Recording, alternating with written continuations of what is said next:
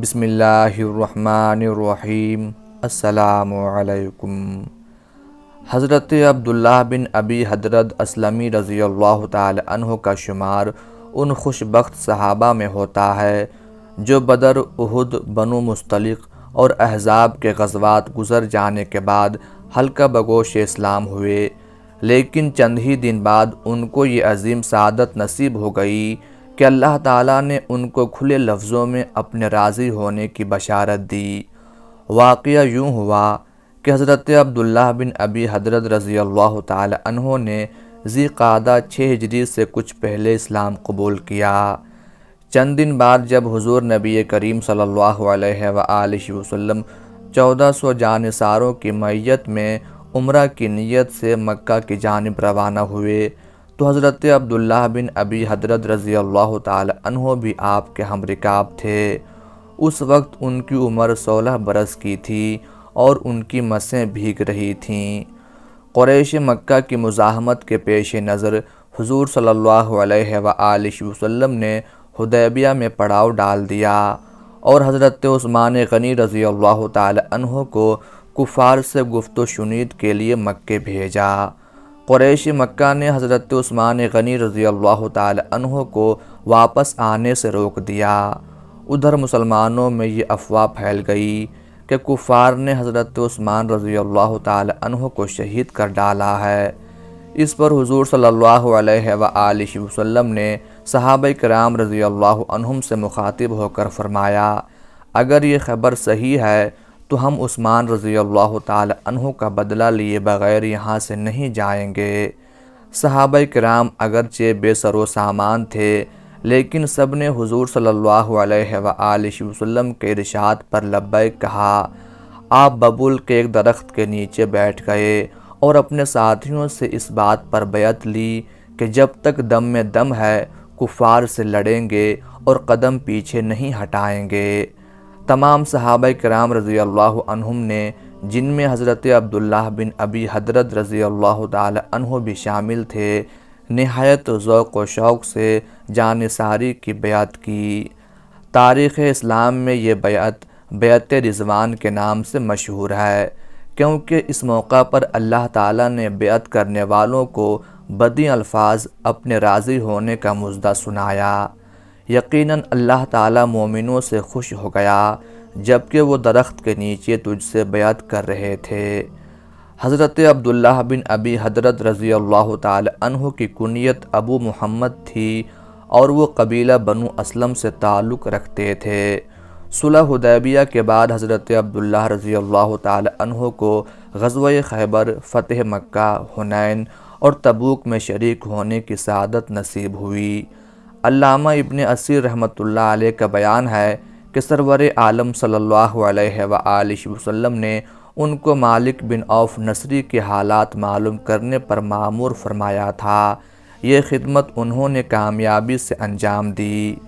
شعبان 8 ہجری میں رسول اکرم صلی اللہ علیہ وآلہ وسلم کو اطلاع ملی کہ نجد کے ایک موضع خزرہ میں بنو محارب بروایت دیگر بنو غطفان کے کچھ لوگ جمع ہو کر مسلمانوں پر حملہ کرنے کی سازش کر رہے ہیں۔ آپ صلی اللہ علیہ وآلہ وسلم نے حضرت ابو قتادہ انصاری رضی اللہ تعالی عنہ کو 15 آدمیوں کے ایک دستے کا قائد بنا کر ان لوگوں کی گوش مالی کے لیے روانہ کیا۔ انہوں نے مسلمانوں کا مقابلہ کیا لیکن بری طرح شکست کھائی۔ صحابہ اتنا مال غنیمت ساتھ لائے کہ خمس نکالنے کے بعد بھی ہر ایک کو 12 اونٹ ملے۔ ایک روایت یہ بھی ہے کہ دشمن خوفزدہ ہو کر مقابلہ کیے بغیر بھاگ گئے۔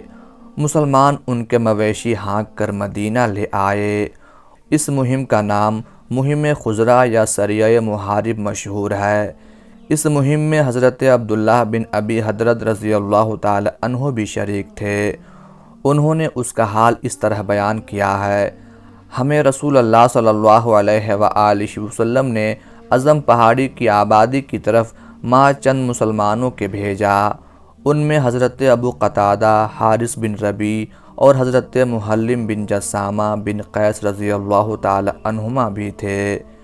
ہم مدینہ سے نکل کر عظم کے قریب ہی پہنچے تھے کہ ہمارے پاس سے عامر بن ازبط اشجعی اپنے اونٹ کے بچھیرے پر سوار ہو کر گزرا۔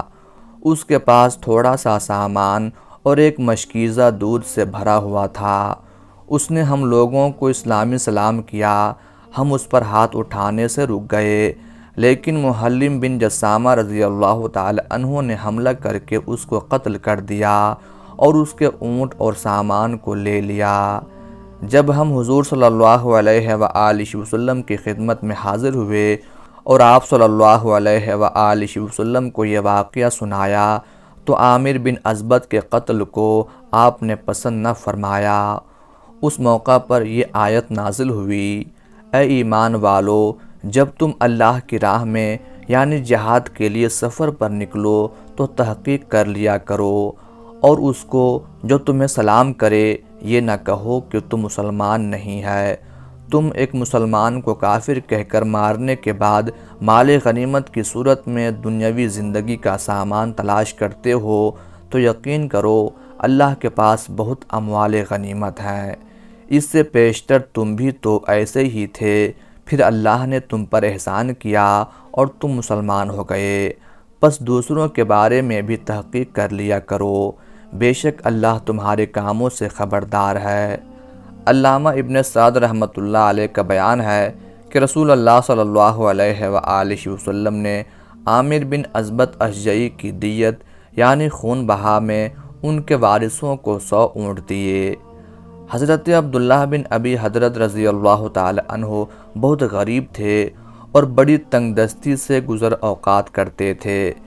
ایک دفعہ انہوں نے ایک یہودی سے 4 درہم قرض لیے، لیکن حسن نیت کے باوجود ان کو واپس کرنے کی مقدرت نہ پاتے تھے۔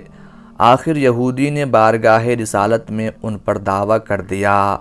آپ صلی اللہ علیہ وآلہ وسلم نے ان کو حکم دیا، اے عبداللہ، اس کا قرض ادا کرو۔ انہوں نے عرض کیا، یا رسول اللہ، قسم ہے اس ذات کی جس نے آپ کو حق کے ساتھ مبعوث فرمایا، میرے پاس اتنا درہم نہیں کہ اس کا قرض ادا کر سکوں۔ آپ صلی اللہ علیہ وآلہ وسلم نے فرمایا، اس کا حق اسے دے دو۔ انہوں نے پھر عرض کیا، یا رسول اللہ، قسم ہے اس ذات کی جس کے قبضہ قدرت میں میری جان ہے کہ مجھے یہ درہم واپس دینے کی مقدرت نہیں ہے۔ میں اس قرض خواہ سے کہہ چکا ہوں کہ آپ ہم لوگوں کو عنقریب خیبر بھیجنے والے ہیں۔ مجھے امید ہے کہ ہمیں وہاں سے کچھ نہ کچھ مال غنیمت ضرور ملے گا۔ جب میں خیبر سے واپس آؤں گا تو اس کا قرض ادا کر دوں گا۔ اس پر سرور عالم صلی اللہ علیہ وآلہ وسلم نے تیسری مرتبہ فرمایا، اے عبداللہ، اس کا حق اسے دے دو۔ رسول اکرم صلی اللہ علیہ وآلہ وسلم جب کسی بات کو 3 مرتبہ فرما دیتے تو اس سے رجوع نہیں فرماتے، یعنی وہ اٹل حکم ہوتا تھا۔ چنانچہ حضرت عبداللہ رضی اللہ تعالی عنہ اس یہودی کو ساتھ لے کر بازار کی طرف چلے۔ اس وقت ان کے سر پر ایک مختصر سا عمامہ تھا اور ایک چادر کی تہبند باندھے ہوئے تھے۔ جب بازار پہنچے تو انہوں نے عمامہ اپنے سر سے اتارا اور اس کو تہبند کی جگہ باندھا اور تہبند والی چادر کو علیحدہ کر کے اس یہودی سے کہا کہ تم یہ چادر مجھ سے خرید لو۔ اس نے یہ چادر ان سے 4 درہم میں خرید لی۔ انہوں نے یہی درہم اس کو دے کر قرض سے خلاصی حاصل کر لی۔ اتنے میں ایک بوڑھی خاتون وہاں سے گزریں۔ انہوں نے حضرت عبداللہ رضی اللہ تعالی عنہ کو اس حالت میں دیکھ کر کہا، اے رسول اللہ صلی اللہ علیہ وآلہ وسلم کے صحابی، آپ کی یہ کیا حالت ہے؟ انہوں نے اس خاتون کو ساری سرگزشت سنائی۔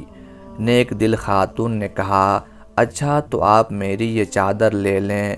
یہ کہہ کر انہوں نے اپنی چادر اتار کر حضرت عبداللہ رضی اللہ تعالی عنہ کے حوالے کر دی۔